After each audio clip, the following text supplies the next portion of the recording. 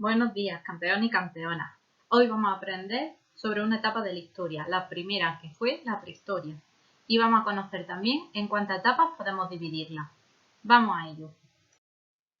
Lo primero que vamos a aprender es que prehistoria significa antes de la historia y va desde la aparición del primer ser humano hasta que se inventó la escritura. Como esta etapa fue tan larga, han decidido dividirla en 3 etapas. La primera de ellas, el Paleolítico. La segunda, el Neolítico. Y la tercera, la Edad de los Metales. Pues dicho esto, vamos a seguir aprendiendo. Ahora nos vamos a centrar en el Paleolítico. Lo primero que tenemos que pensar es dónde vivían. Vivían en cuevas o chozas. Alrededor de unas 20 a 30 personas. Eso quiere decir más o menos tanto como nosotros estamos en clase, para que nos hagamos una idea. Lo segundo que tenemos que saber es que para poder comer o alimentarse lo hacían cazando, pescando o bien recolectando. Recolectar es coger las frutas que encontraban en los árboles o los alimentos que le daban las plantas. La siguiente información que tenemos que tener en cuenta es que eran nómadas, es decir, se movían de un sitio a otro. ¿Esto por qué pasaba? Pues porque a lo mejor se acababa el alimento que había en la zona donde estaban viviendo y como no podían alimentarse de otra manera, se mudaban a otras zonas para poder vivir. Y por último, y un descubrimiento muy importante, fue que descubrieron el fuego.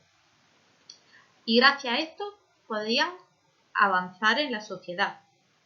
Para hacer un pequeño resumen, aquí os dejo este pequeño esquema. ¿Y cuáles son las características del Neolítico? Pues también vamos a tener 4 características.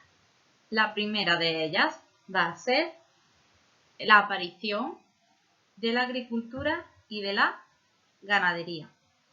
¿Qué es eso? Que el ser humano empieza a aprender a cuidar a animales y a plantas. Y ahora ya no le va a faltar nunca el alimento, con lo cual empiezan a aparecer los primeros poblados. Estos primeros poblados están ya formados por más cantidad de gente. Y claro, como ya no les va a faltar la comida, ¿creéis que necesitan moverse de un sitio para otro para poder vivir? No, ¿verdad? Entonces se dice que el ser humano pasa de ser una persona nómada, es decir, que se mueve de un sitio a otro, a ser una persona sedentaria, se establece en un sitio. Como nosotros ahora que vivimos en nuestro pueblo, ¿vale? Y por último, hacen 2 descubrimientos, cerámica y la rueda. 2 descubrimientos esenciales. Con la cerámica aprovechan para hacer collares, para hacer vasijas, para guardar los alimentos que recogen. Y la rueda fue fundamental porque ayuda al desarrollo, ¿vale?, de esta ganadería y agricultura. Como siempre, os dejo aquí abajo un esquema que podéis ver tranquilamente para estudiar en casa. ¿Cómo fue la edad de los metales? Tenemos que pensar y acordarnos que en el Paleolítico, en la primera etapa de la prehistoria, se descubrió el fuego. Pues bueno, gracias a eso aprendieron a manejar los metales. Como vemos aquí, lo hacen con pequeños hornos, ¿vale? Utilizando mucha temperatura con ese fuego, funden el metal y lo moldean pues para hacer armas, para hacer también joyería, ¿vale? ¿Qué más ocurre? Que estas ciudades, como el ser humano es sedentario, empiezan a hacerse cada vez más y más grandes con más personas. Y ocurren 2 cosas muy importantes. La primera es que las ciudades van a estar amuralladas. Como veis en la foto, esta ciudad amurallada es para protegerse de posibles enemigos. Y otra cosa que pasa también es que va a aparecer una figura muy importante en la ciudad. Va a ser un jefe que es elegido por las personas más antiguas, porque las personas más mayores sabemos que son muy sabias.